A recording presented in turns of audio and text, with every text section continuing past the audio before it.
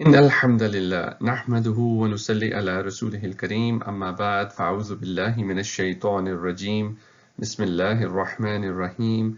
Welcome to Quran Page a Day. Today inshallah we will be collecting gems from Surat Al Ādiyāt, which is surah number 100 in the Noble Quran. Surat Al Ādiyāt is a Makki surah. The word Al Ādiyāt means the racers.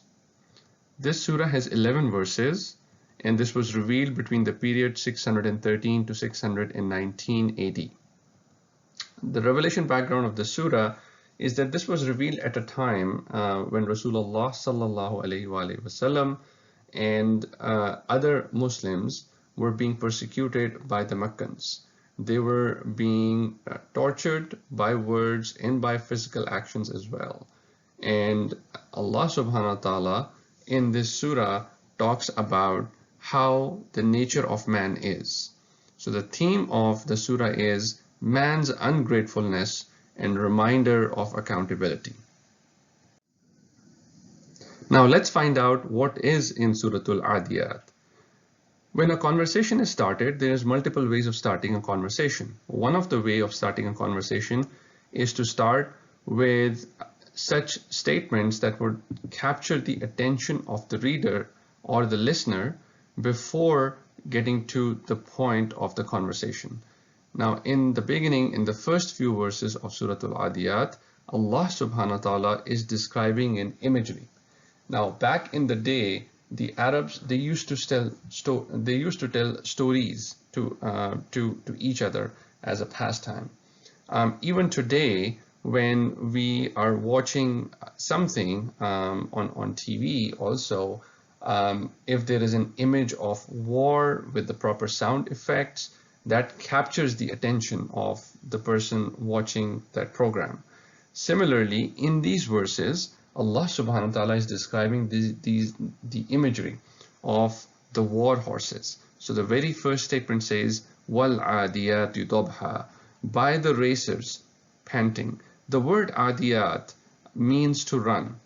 The word dab basically means the sound that comes out of the chest of a horse when it runs really fast and is breathing laboriously because of that running fast, and it's panting. So Allah subhanahu wa ta'ala is describing this imagery, this scene that is being painted by the racers who are panting.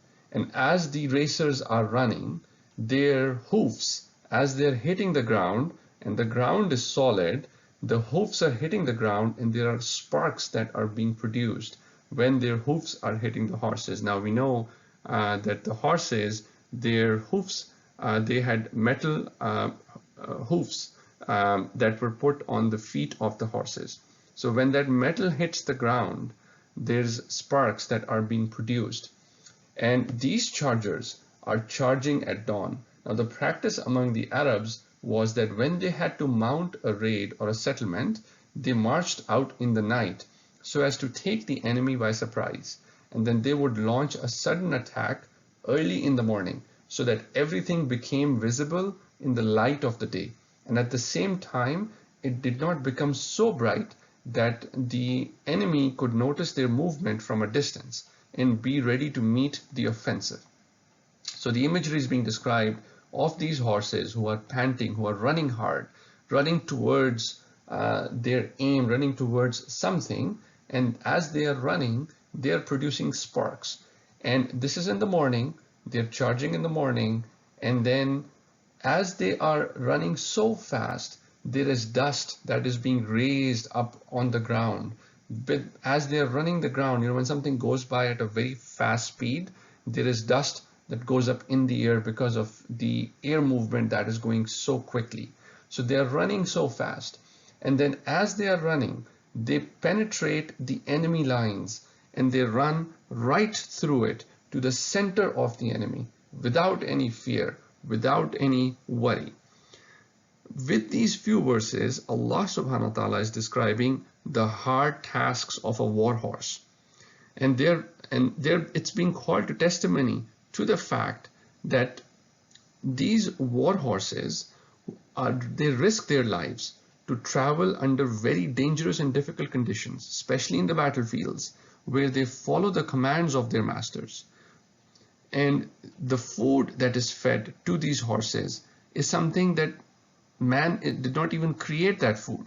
Yet these horses are willing to obey their master without question and to risk their lives. They can see themselves running towards the enemy line, but they still continue to be running towards them.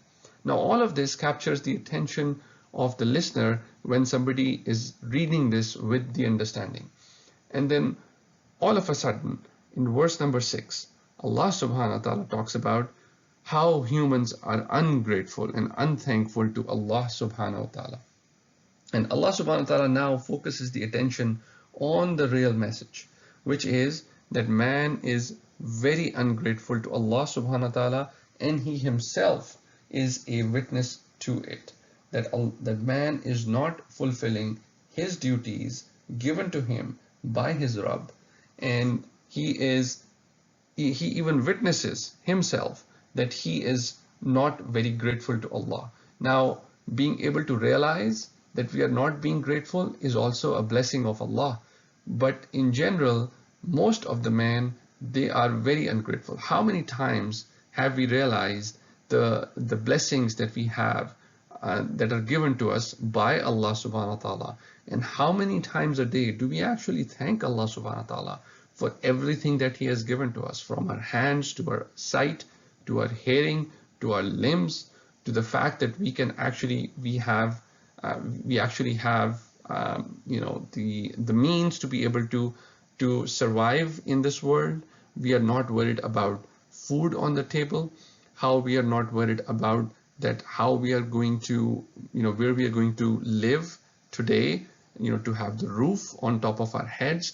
How many times do we actually even think about it, or give a pause and take a few moments to reflect on it and be grateful for all these blessings that Allah subhanahu wa ta'ala has given us, of the blessings of having parents in our lives who can take care of things. There are so many blessings if we just start counting and realizing them. Then Allah subhanahu wa ta'ala talks about why man is ungrateful.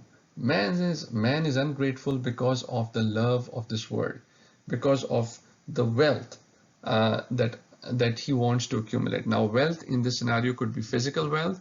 It can also be just the love of the world, of the things that are in this world that distract us and take our attention away from the remembrance of Allah subhanahu wa ta'ala.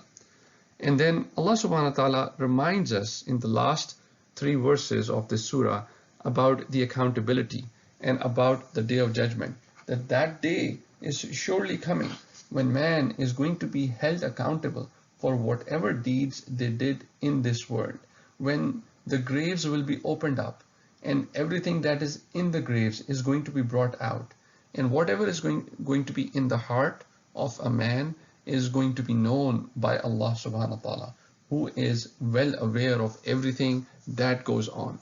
So we need to remember this, is that day of reckoning is coming for sure, because death is for sure, and we will be getting on that day when we will be held accountable for everything that we did in this world.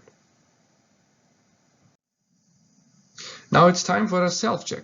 Some questions we need to ask ourselves. Do I count my blessings from Allah multiple times a day? Do I thank Allah for His blessings multiple times a day? Do I take account of myself every day? Do I ask for forgiveness from Allah multiple times a day? Will I be happy if my book of deeds is presented before Allah on the day of judgment? May Allah subhanahu wa ta'ala enable us to fulfill the rights of the Quran. Subhanakallahumma wa bihamdika nashhadu an la ilaha illa anta nastaghfiruka wa natubu ilayk. Assalamu alaikum wa rahmatullahi wa barakatuh.